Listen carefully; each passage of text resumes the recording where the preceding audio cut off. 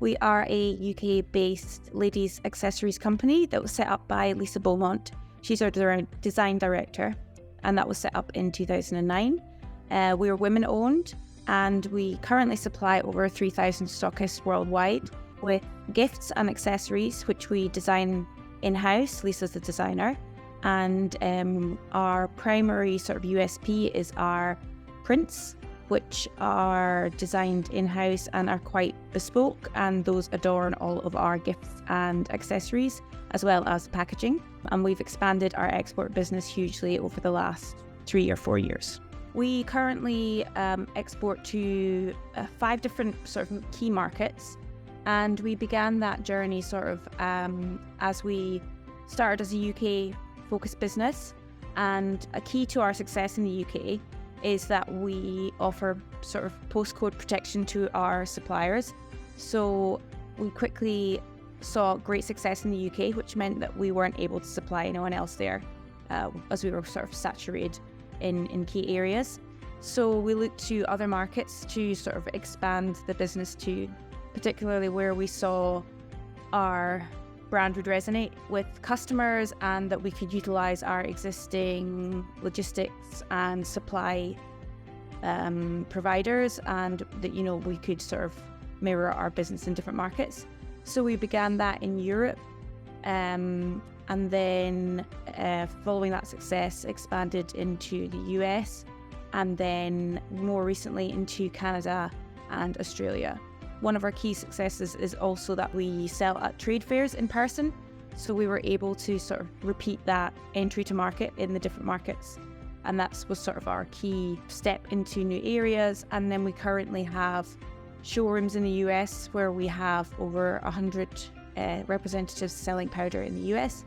And we have showrooms in Australia as well.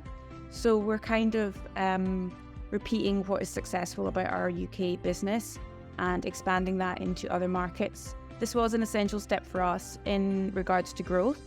And then more laterally, as we saw the impact, particularly of COVID on our retail and fashion industry, was, sort of unprecedented. We weren't able to sell in person. We were faced with retail closures in areas, which meant that businesses were not able to sell our product. And also, as I mentioned, one of our key successes is taking part in in-person events and trade fairs, which also we weren't able to do. So we kind of had to look to other routes to market with a particular focus on digital. That really sort of not only helped us through the turbulent times, but also really strengthened the business that we have, the knowledge that we have, and also the flow of orders that we have is now coming through multiple channels. So we have a much greater resilience there. And now that we're able to resume the sort of in-person selling, we kind of have optimized, the different markets just through the different channels. So although it was tricky, the export for us was essential.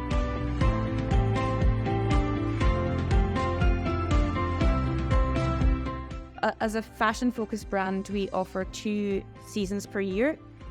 So we offer 2 collections per year. And so we have sort of a summer-focused collection of accessories and a winter-focused collection of accessories.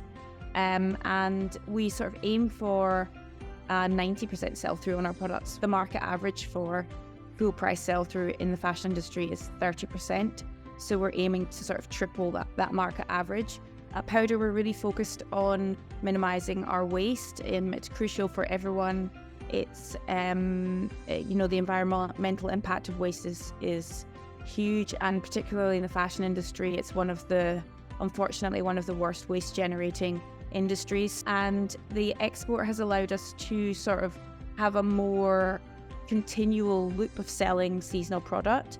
So for example, we'll sell through our winter products in the UK, and then winter product, which we still have, we're able to sort of put a strong marketing focus to those products into the Australian territories, and then vice versa. And I think that, the learning for us is that, we can sort of strengthen the resilience of the business by offering sort of a little bit more variety, but also by, we're lengthening the sort of life of our products through having sort of this dual season, but also so that we can move forward towards a more sustainable business.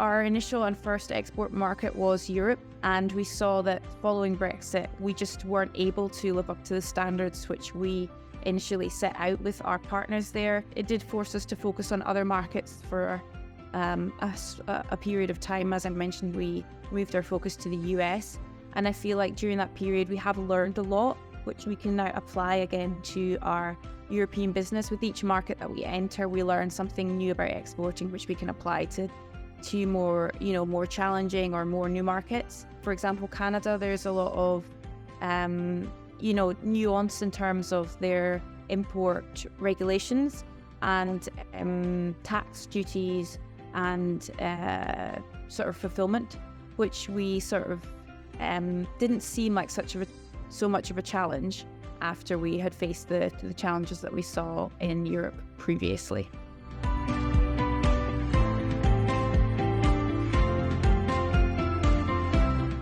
So for Powder Design, our future looks quite exciting.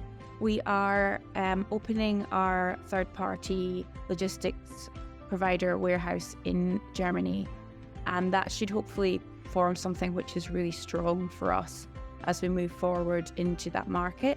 Meanwhile, all of our other markets are looking really strong, and we are optimizing our product offering so that we can service them through the different seasons. And then on the product side, we're also introducing a new sort of product category, which means that we're able to potentially reach a new demographic. We're really optimistic for the future as a brand.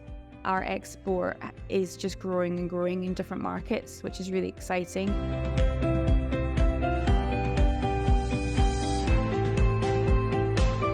For companies that are new to exporting, we would first of all recommend it. If you've got a fantastic product or a fantastic brand, why not share it outside of the country which you operate in? It's a great way to grow the business and also to learn about your own product, what your customers value in it. Always be aware of the nuances that will exist. The best thing for us, and one of our key strengths, has been adaptability and flexibility. Don't be afraid to enter new markets. Just see which one's going to be the easiest for you and the most successful. Once you've identified that, start operating in that market, see what you can learn, and then apply that learning to entering other markets in the future.